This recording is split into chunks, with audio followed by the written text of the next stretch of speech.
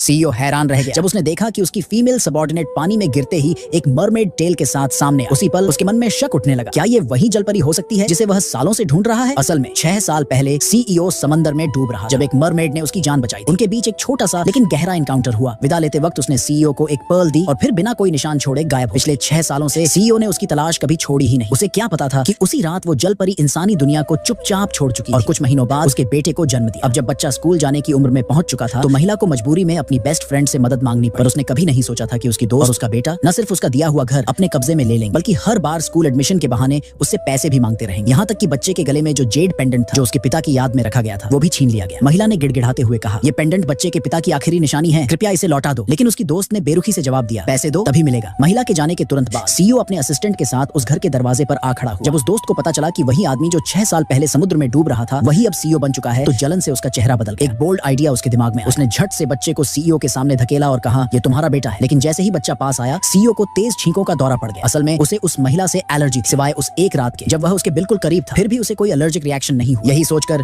CEO को शक होने लगा कि दोस्त की बात झूठ हो सकती। तभी दोस्त ने जेब से जेड पेंडेंट निकाला, वही पेंडेंट जो सालों पहले सीईओ ने उस जलपरी को दिया था। वो इसे देखकर चौंक गया, पर शक अब भी बना। इस कीपसेक को देखते ही उसने अपने असिस्टेंट से कहा, इन्हें हमारे साथ ले चलो। उधर असली महिला समंदर के किनारे मोती इकट्ठा कर रही थी ताकि बेटे की स्कूल फीस भर सके। साथ ही वह अपने बेटे के साथ एक इमोशनल वीडियो देखकर रो रही। उनकी हल्की सिसकियां पास से गुजरते सीईओ के कानों तक पहुंच। किसी के कदमों की आहट सुनकर महिला ने तुरंत बेटे से कहा, अपनी छोटी सी टेल छुपा लो। उनके रूप बदलते ही सीईओ अंदर आया और एक पल को लगा कि उसकी आंखों को धोखा हो रहा है। जैसे ही माँ बेटा वहां से निकलने ही वाले थे एक बिल्ली सामने आ। बच्चा डर के मारे पीछे हटने लगा और सीधे तालाब की तरफ गिरने ही वाला था। महिला दौड़ पड़ी उसे बचाने के लिए। उस नाजुक पल में सीईओ ने समय रहते महिला का हाथ पकड़ लिया। उस एक पल की छुअन में दोनों ने अजीब सी जानी पहचानी सी फीलिंग महसूस की। सीईओ हैरान रह क्योंकि इस बार उसे कोई एलर्जिक रिएक्शन नहीं हुआ। ये बात उसे और भी ज्यादा परेशान करने लगी। जब उसे पता चला कि उसकी वजह से महिला और उसका बेटा अपने सारे मोती खो बैठे तो उसने तुरंत कॉम्पेंसेशन ऑफर किया। कुछ दिनों बाद जब वो अपने कंपनी द्वारा इन्वेस्ट किए गए एक किंडरगार्टन का इंस्पेक्शन कर रहा था तो उसे हैरानी हुई। महिला वहीं अपने बेटे का एडमिशन कराने आई। सीईओ ने तुरंत अपने असिस्टेंट को कहा कि उनकी एडमिशन प्रोसेस में पूरी मदद की जाए। कुछ ही दिनों में महिला को एडमिशन एक्सेप्टेंस लेटर मिल गया। साथ ही उसे उसी कैंपस में असिस्टेंट की नौकरी भी मिली। लेकिन पहले ही दिन काम पर जाते ही स्टाफ ने उसे हर तरह से परेशान करना शुरू कर। जैसे ही महिला मुश्किल में फंसी थी ठीक उसी वक्त सीईओ वहां आ पहुंचा और उसे मदद। अपनी तरफ से शुक्रिया कहने के बच्चे ने उसे एक ग्लास पानी लाकर। लेकिन जैसे ही सीईओ ने 2 घूंट लिए उसने देखा कि माँ और बेटा पूरा पॉट पहले ही खत्म कर चुके थे। वो अभी भी समझ नहीं पाया था कि ये कैसे हुआ। तभी एक फीमेल टीचर एक छोटी बच्ची के साथ वहां आई और अचानक सीईओ और बच्चा दोनों अनकंट्रोलेबली छींकने लगे। जब पता चला कि दोनों को ही फीमेल से एलर्जी है तो बच्चे ने धीरे से सीईओ के कान में एक चालाक ट्रिक बताया। उसने कहा, आप थोड़े मोटे लॉन्ग स्लीव्स और पैंट्स पहन लिया कर ताकि जब लड़कियां पास आएं तो एलर्जिक रिएक्शन कम हो। उधर उसी वक्त दोस्त का बेटा घर में टैंट्रम कर रहा था। बर्तन